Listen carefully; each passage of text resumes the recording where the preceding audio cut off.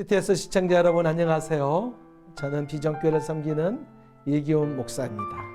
오늘은 고난이 당신에게 찾아오며 이라는 제목으로 은혜를 나누고자 합니다.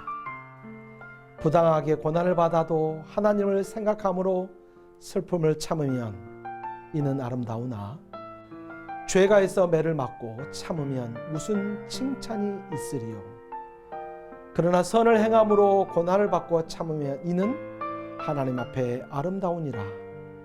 이를 위하여 너희가 부르심을 받았으니 그리스도도 너희를 위하여 고난을 받으사 너희에게 본을 끼쳐 그 자취를 따라오게 하려 하셨느니라. 최근 학교폭력 문제가 사회적 이슈가 되어 많은 말들이 오가고 있습니다. 하지만 학교폭력 문제는 어제 오늘의 문제가 아닙니다. 제가 학교를 시작하던 10년 전에도 문제는 심각했습니다. 자살을 시도했던 학생도 있었고 정신과 치료를 받는 학생도 많이 있었습니다.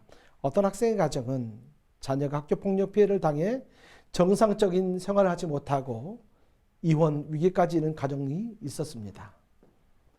얼마 전 유명 배우가 드라마에서 학교폭력을 당한 뒤 성인이 되어 복수를 하는 내용이 나오기도 했습니다. 이처럼 우리가 살아가는 이 세상엔 어른들이나 자녀들이나 만만하지는 않습니다.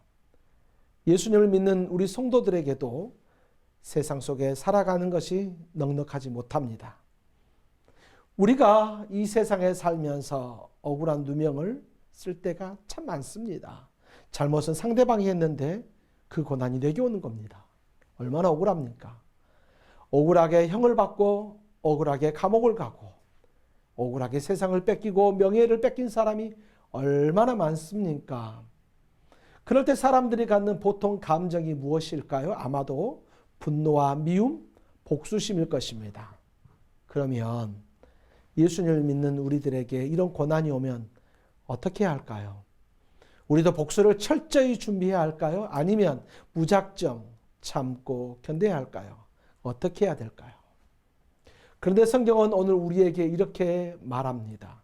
19절에 부당하게 고난을 받아도 하나님을 생각함으로 슬픔을 참으면 이는 아름다우나. 하나님을 생각함으로 참으라고 말씀하십니다. 그냥 참는 게 아니라 하나님을 생각함으로 참으라고 말씀하십니다.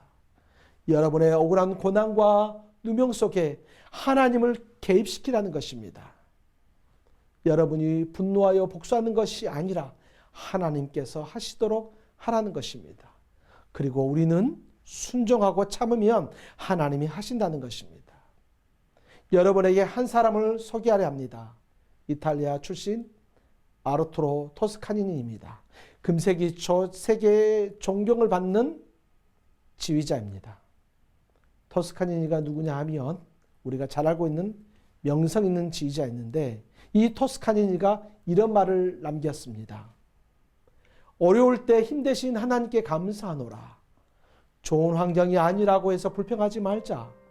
좋은 환경만이 좋은 결과를 가져오지 않는다. 아담은 에덴 동산과 같이 좋은 환경에서도 타락하지 아니하였는가. 눈물에 대해서도 감사를 드리자. 눈물 있는 눈으로 하나님을 바라볼 때 더 똑똑히 바라볼 수 있다. 하나님께서는 우리가 어려울 때일수록 우리에게 가까이 오셔서 우리를 보호해 주시고 힘이 되어 주신다.